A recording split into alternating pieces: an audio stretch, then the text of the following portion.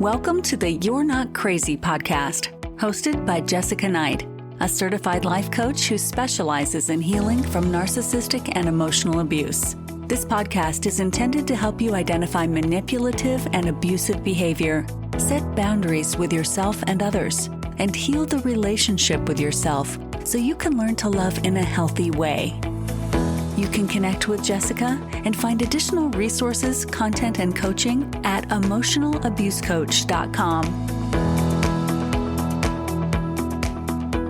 Hello, and thank you for being here. Before we dive in, I want to go through the fine print and share how we can work together. Because healing from this kind of pain takes a lot more than time. It takes the right kind of support. I work with people entangling themselves from emotionally abusive relationships, coercive control, trauma bonds, high conflict co-parenting dynamics, high conflict divorce, and if you're at the beginning of the road and wondering what divorce would look like. I offer one-on-one coaching at every stage. If you're still in the relationship, if you're unsure if it's abuse, if you know it's abuse but you're having trouble understanding what that looks like, or what to do with it, I can help you name what's happening, start setting boundaries that work for you, and figure out what you need. If you're thinking about leaving, we'll explore what that might look like in a grounded and personalized way. If you're navigating divorce or custody or co-parenting with a high conflict person, I can help you document, strategize, and stay emotionally anchored, especially when you're being gaslit, discredited, and re-traumatized by the legal system. If you've already left and you're stuck in the trauma bond, or if you've been discarded and struggling to feel like yourself again, I can help you rebuild self-trust and reconnect with your own nervous system in a way that actually feels doable. Everything I do is highly personalized. I don't walk you through a one-size-fits-all program. I listen, I reflect, and I guide you based on what you're facing right now. And some people work with me through a one-time validation call, which is offered on my website, where we zero in on one issue you're struggling with and start to untangle it together. Others work with me on a weekly or bi-weekly basis, depending on what's going on in your specific situation. And this is especially helpful when healing from emotional abuse and also in divorce. If you're curious about starting, I offer a $25 intro call, which if you listen to my older episodes, I call it a clarity call. It did used to be free, and I talk about it at a later episode, but really a lot of people were no-showing to those calls, and that was taking away time from clients that I do work one-on-one with. And so if we move forward, I just take that fee and apply it to your first session. That intro call is just for us to get on the same page so you can share what's going on for you and I can share how I might be able to help. I only take a limited number of those calls per month because one-on-one coaching is the core of my work. Out of all these offerings that I have, one-on-one coaching is the thing that I do the most, and I do it 6 days a week most of the time, 5 to 6 days a week. And so if my calendar looks full and if there's not a time that you can get in, you can email me at jessicaknightcoaching.com, and I always try and make space where I can. And I may also always have a few openings from one-on-one client reschedules. You can also explore self-paced courses and toolkits at jessicaknight.thinkific.com, including Divorcing a Narcissist 101 and the Emotional Abuse Breakthrough course. I have a documentation course and my new signature program, Unhooked, which is a private podcast and course that walks you through the full cycle of abuse, helps you map it in your relationship and how to break it and how to begin to see what it really is that you're going through. If you want ongoing support in a more flexible way, you could always check out my Substack at jessicaknight.substack.com. Each month I focus on a different theme, from trauma bonding to divorce to cluster B to sexual coercion to emotional abuse to toxic breakups. Those are just some from this year. Paid members get access to monthly deep dives, master classes, Q&As, strategy kits, and I'm working on some more group options. There is also a free option and a monthly option. So please head over to Substack. The link is in my show notes. You also can just search Jessica Knight Coaching and I'll come up. Everything that I create is meant to help. My coaching, my writing, my courses, this podcast, it's built around the one truth that you're not crazy. You are conditioned to doubt your reality, and I want to help you change that and understand what you're going through. If you like this podcast, the best thing that you can do is subscribe and rate the episode 5 stars. You can find me on my websites, emotionalabusecoach.com and high-conflict divorcecoaching.com. All of the offerings that I just mentioned are also in the show notes below. Now let's get to the episode. Lately on a few client calls, actually, these have come from validation calls, which is the one-off calls that I offer for people that aren't ready to fully dive into coaching, but they need support. And one of the things that has come up a lot is people asking me, maybe towards the end of it, how did you see this, or how did you get through this? And the this in this aspect is the BPD, cycle of abuse. But a lot of times I think they're asking that because they want to understand maybe how I saw through the exhaustion. So I want to share this today because I know I'm not the only one. And I know that very much, very deep in my bones. But when I was in the cycle, that is almost universal. When somebody is showing borderline or BPD patterns, it's really hard to recognize unless you've been through it. And so 0 to 3 months is always the honeymoon phase. And that's in any abusive cycle. And it starts with the intensity that feels impossible to explain to anyone who hasn't lived it, where you feel so adored and idolized, and every word feels like fate. And the sexual connection is amazing. Conversations go till 3 a.m. and you think, finally, this is it. Somebody understands me. I remember feeling like I've never felt so loved in my life. And this is love bombing. And we usually don't see it till later. But at the time, it does feel like real intimacy. A lot of times I believe that they're projecting a fantasy onto you that you are their perfect partner for now. And they usually really enhance all the things that you are doing now. And it's like they fit, or they try and fit into what they perceive as your world or what you want. And it's what they want too. So it feels like a shared vision until the cracks start to show, which come around 3 to 6 months. And it used to feel like maybe playful disagreements or things that you guys just got over. They explode into all out war. And these small misunderstandings turn into these really deep accusations, usually about your character. And any explanation or common attempts to repair just don't land. And you realize you're being filtered through these big extremes, right? Yesterday, you were just flawless, perfect, the most perfect partner. And today, you're the enemy, you're the villain, you're the reason that everything in their life is falling apart. The best way I can describe it is emotional whiplash. And that's usually when you begin to question yourself and gaslight yourself a bit too, because you're replaying conversations in your head, wondering how you could have done something, said something differently if you're not showing up that way. You're not showing up as you did in the honeymoon phase because you're exhausted, right? You're self-gaslighting, you're being gaslit. So you don't realize that the rules are shifting and that there is no way to win. There is no way to kind of get back what was there because they have almost forgotten or pushed that aside.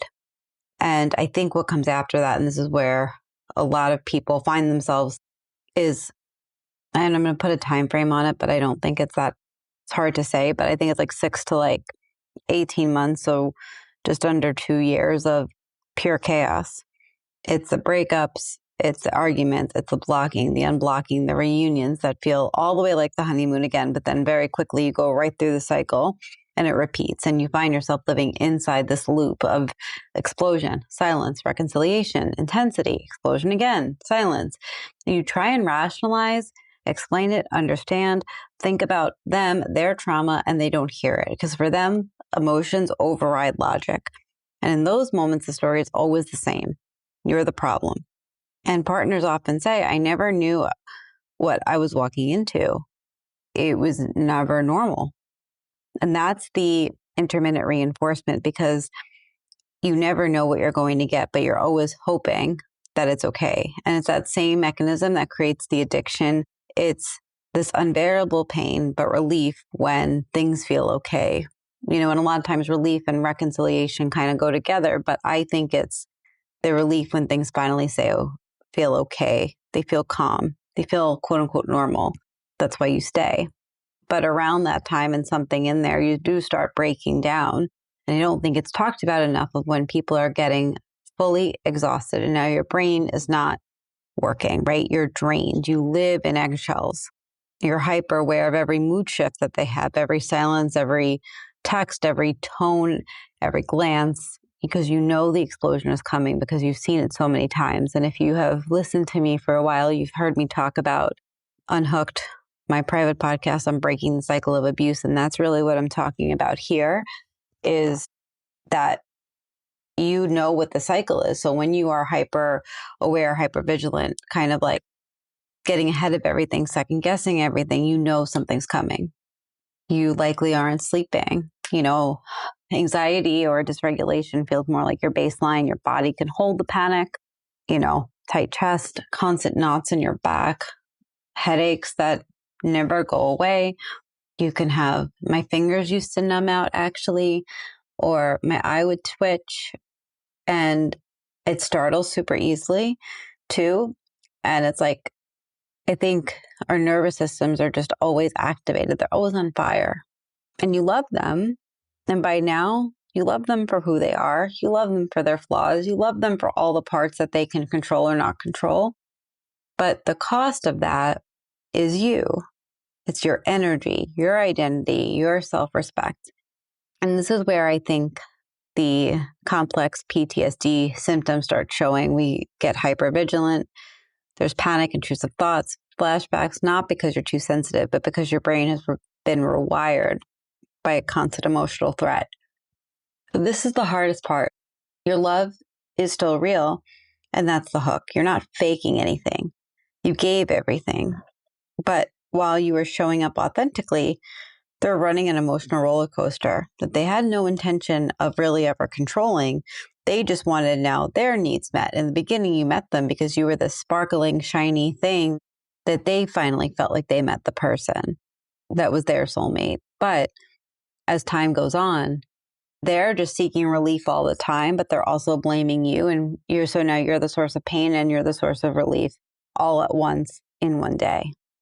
And when things get to the exhaustion phase is usually when people really feel like they can't act, they can't do much, they can't have agency. And when I was in that exhaustion phase, my mind and body were screaming long before I was able to consciously accept it. One of the things that if I look back on my pattern was there's a lot of sleeplessness, and I'm somebody who does prioritize sleep. It's because, well, honestly, I dated somebody around COVID, like slightly after lockdown. He actually got me to really look at my sleep, and it hasn't stopped. And we would talk a lot about that because we both worked out a lot. And during COVID, what else did you have to do with yourself other than work out like a crazy person? It really matters to me, and it matters. And I know what I need. And then I wrote about in my journal when I was kind of going through all of this, that the silence, the blocking, and then hearing about him, it really took away my ability to rest. And so I would just lay up at night and think, what did I do wrong? Waiting for the next blow. And it's not just random insomnia. It's not that it was just a time. It was like my nervous system, almost like it felt like my brain was refusing to sleep because the threat isn't over. And like sleep was just a time that wasn't actually rest. It was like I couldn't actually fully rest because in exhaustion, I was also had to be hyper vigilant. So I really couldn't be exhausted. I couldn't be tired. I was always caretaking his meltdowns. And it was like putting out fires so that he wouldn't explode, but then he would explode anyway. Like I hate it when people assign tone to my texts, but I was doing that and I was anticipating his moods. And 9 times out of 10, I was right. Like I remember one time he was being super short with me because I didn't say I miss you the 112th time that he said it that day. And then weaponized that because now it's apparently that I don't care. And I knew it. And I remember I tried to go out for a run and it completely derailed me because all I was thinking about was that this didn't need to escalate into something, but of course it was, because it always did.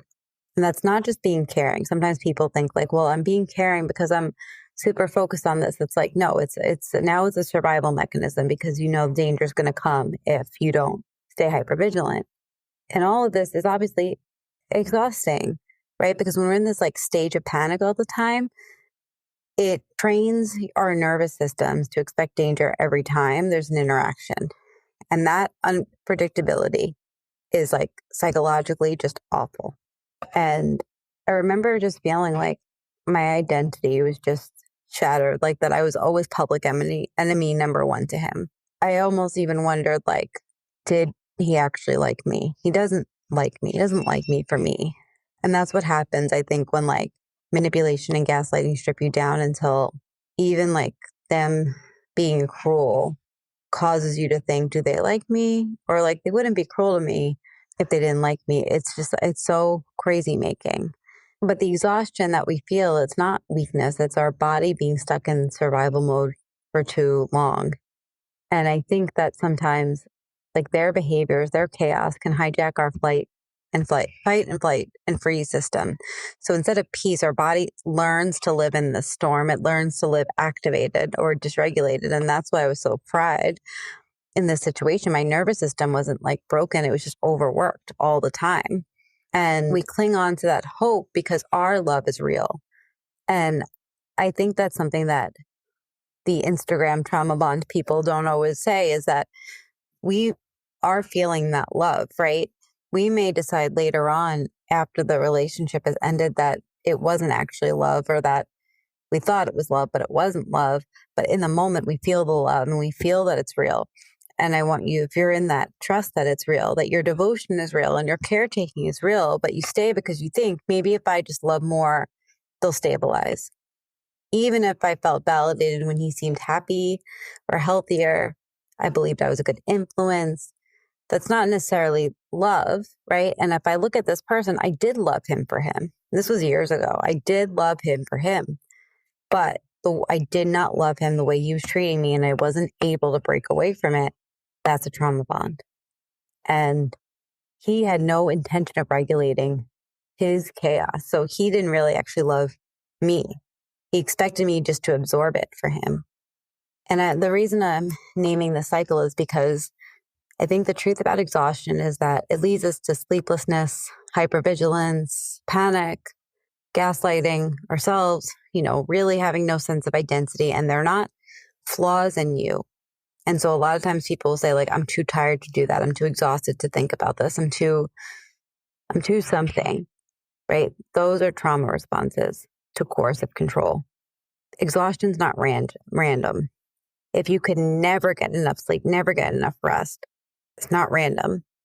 And that is the genius of, I think, this whole cycle. By the end, you're so depleted or too depleted to really see it clearly. You blame yourself, you cling to hope. And yet what finally breaks you isn't that lack of love. It's the realization that your love can't save someone who refuses to look at their own behavior and their own stuff and their own shit. And I think one of the things, and I know I say this a lot, but I say it because I mean it. And I say it because this is the way that I broke a lot of parts of my trauma bond, was by really looking at the cycle. And I think that, especially with somebody who has BPD, their dysregulation is so all over the place, really looking at like what actually happens, and if every single time that you feel like something's going to escalate, and if you change your behavior, it's like, just trust it. Just trusting yourself and trusting your knowledge and not blaming yourself, because you can still be in it. You can still be suffering through it. You still can be trying to figure it out, and then take a step back and say, all right, like this literally is never changing. It hasn't changed in this much time. Do I want this? If this person was going to change, how many years would that take? I hope this was helpful, just bringing a lens to some of those other feelings and some of the other things going on, because I think the biggest thing is we find ourselves blaming ourselves so much. And if this helped you blame yourself less, then I did my job. If you need support, you always can reach out to me at emotionalabusecoach.com, or you can join me on Substack or on Patreon, or look at the Unhooked private podcast, because that does help you break the cycle. It's not specifically focused on BPD, but it is focused on the cycle of abuse. Thank you so much, as always, for being here.